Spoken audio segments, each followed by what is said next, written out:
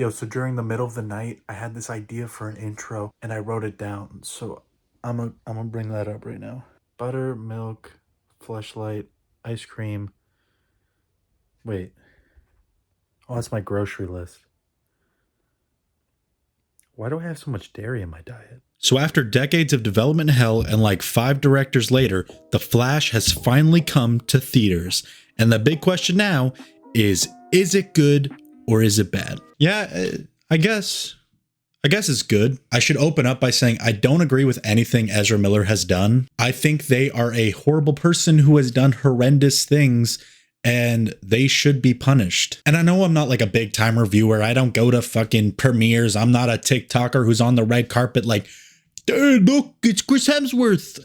That's not who I am, obviously. But I think I have to have some kind of professionalism, like journalistic integrity, to review this movie based on how it works as a movie and not based on the acts of one person. I will review this movie putting everything Ezra Miller has done aside for now, while still acknowledging that, yeah, I think they're a bad person. So let's just review the movie. First of all, there's a lot to like about The Flash. At its core, The Flash is a heartfelt movie about the lengths that a person would go to see someone he loves again. It's a superhero movie with a lot of heart, which is something that I think superhero movies have been lacking in recently. I'm talking about Quantumania. Like, that one sucks. Flashpoint is one of my favorite Flash storylines, and although this barely adapts anything from the comic book, I think for the most part, it works. It takes the bones of the Flashpoint storyline and creates a heartfelt story about time travel that actually works most of the time. But I'll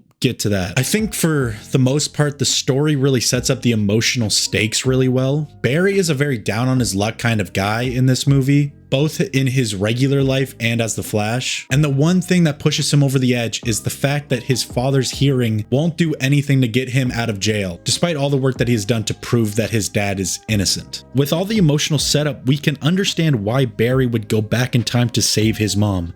And that's good. Messing with time in literally most movies is always seen as like this bad thing that you shouldn't do, right? So to have the audience understand why a character is doing it, that's good. We can relate to that. As people, we experience loss, so we understand why someone would go back in time to try to save someone they lost. It's good that we understand as an audience why Barry is doing the stuff that he's doing, even if it's bad. Even Ben Affleck's Batman warns him not to go back in time. Basically, he tells him that we shouldn't be able to go back in time and change traumatic events that happened to us, because those events are what make us us. Those scars are what make us the people that we are today. It's good that they got this balance of this is why Barry shouldn't do it, and maybe this is why he should do it. Understanding both sides of the argument when a protagonist is making a life-changing decision, that's pretty good. And this movie does it pretty well. Also, the acting's good. It's just good. Everyone is kind of just at their best in this movie. Like Ezra Miller, they're not that bad. Out of like the couple of times that they've played the Flash, this is easily the best one they've done. I will say that the other version of Barry Allen in this movie is unbearable, and I get that.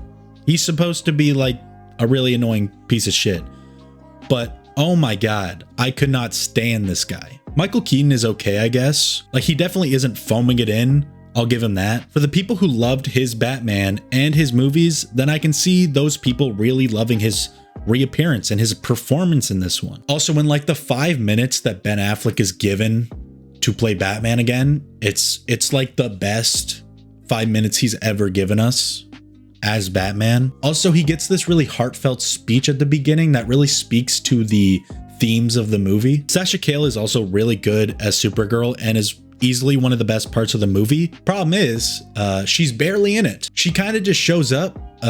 She says a couple lines. She does a little bit of punches and she's out. She just pieces out. I don't even have enough footage to put over myself here because she's not in it that much. She's got like between 5 and 10 minutes of screen time. Out of those little tiny scenes that she has, I think she's awesome. And honestly, it would be so sick if they brought her back for Supergirl, the movie or whatever. Oh my God. Like, she was that good. Sasha Cale, if you're watching, treat me like white tees, don't get me dirty. hit your boy up.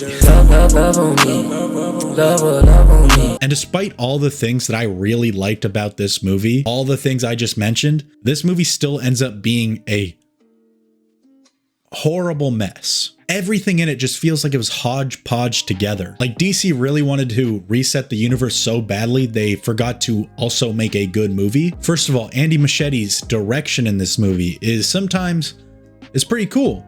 And then sometimes it's like horrendously bad. It's just a mixture of like baffling decisions that make absolutely no sense. I'll give him some credit. I think a lot of the choices that are made in this one are due to the fact that Warner and DC needed to reset the universe, and this was the movie that happened to be the one they forced to do it. I mean, let's just dive right in. The CGI is complete garbage, like god awful, horrible. I don't know. I don't know if I've seen one this bad. It's probably some of the worst like effects that I've seen in a movie in like the past 3 years, which is saying a lot because in the past 3 years we've had really bad visual effects, but this one somehow takes the cake. And again, I say this a lot, but it's obviously not the artist's fault. VFX artists nowadays just don't have enough time to finish the things that they're doing. It's not their fault for this really bad looking movie. Odds are they were just rushed because DC needed to get this movie out so they could reset the universe and James Gunn could do all the stuff he wanted to do or whatever. They did their best with the time that they were given. That's what I'll say. Andy Muschietti recently said that some of the weird effects was actually an artistic decision because Barry goes so fast that his perspective is all warped, and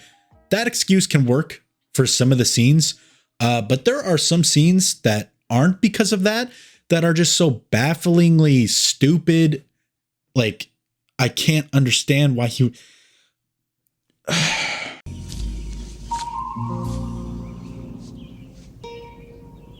What the fuck is this piece of shit? I'm not going to spoil it, but there are shots for these cameos. Obviously this movie has cameos. And when those cameos come in, they're shot on this kind of swinging motion. And all of the cameos are just fully CGI rendered people. It kind of makes it look like this Better Call Saul meme. I'll show you right now.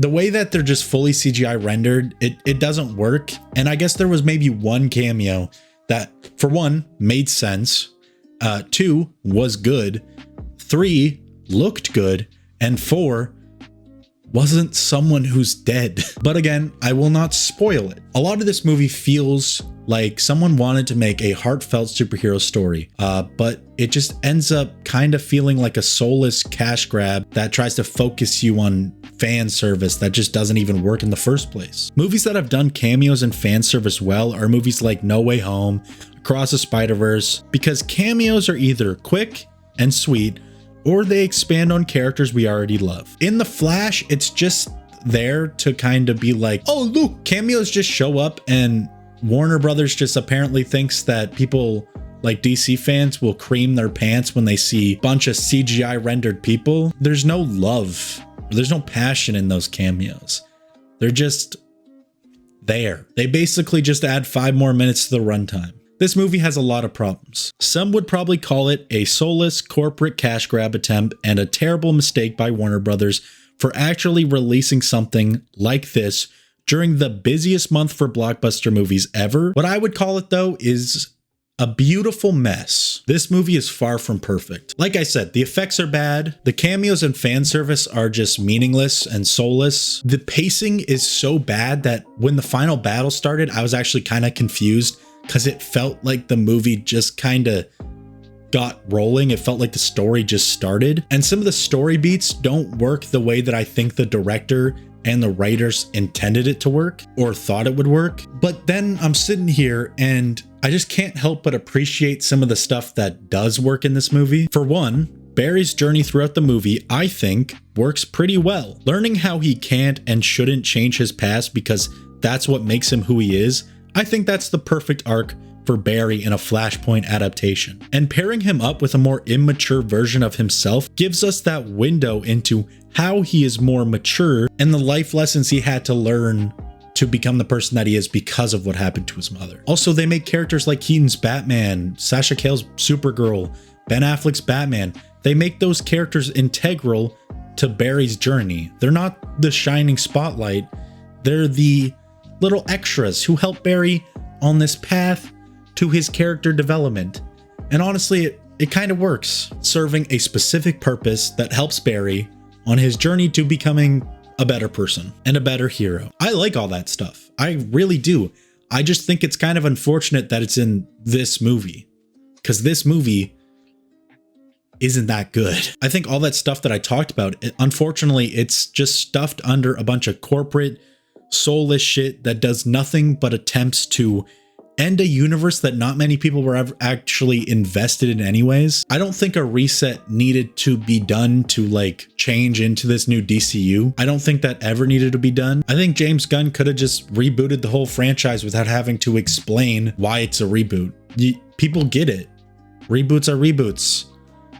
I mean, I like to think that the audience is smart enough to know that this new Superman, who's young and handsome and young, is not the Superman who's old and also still handsome, but old. I don't think you needed this big movie to reset the universe. No one was actually invested in the DCEU except for like Snyder fans. And I mean, those people were never even gonna like the DCU anyways. So like having to have this reset, it just doesn't really make any sense. So I guess to end it, I will give DC's The Flash a 6.5 out of 10. It is such a goddamn mess, and in its current state, probably never should have been released. But another part of me kind of gets why people like James Gunn or Tom Cruise liked the movie, because somewhere deep down, there is a heartfelt story in there. Problem is, it's buried under a bunch of lackluster, boring shit. What I can say is their comments on the movie are just over-exaggerated to an extreme extent, because this movie's not going to save cinema. It's not even the best superhero movie of the year. But again, I should preface this by saying it's a flawed movie, but it's not a bad movie. It's not horrible. It's not unwatchable. It's just really flawed. So this is the end of the video, and you already know what it is. Like, subscribe, comment, all that stuff. You know that subscribing is actually free. You can do it right now. You can literally press it. There's a button that you can press. It's underneath. I mean, I'll wait. I'll wait for you to subscribe. Anyways, remember, as I always say, stay safe, stay healthy, and stay sexy. Okay. Bye.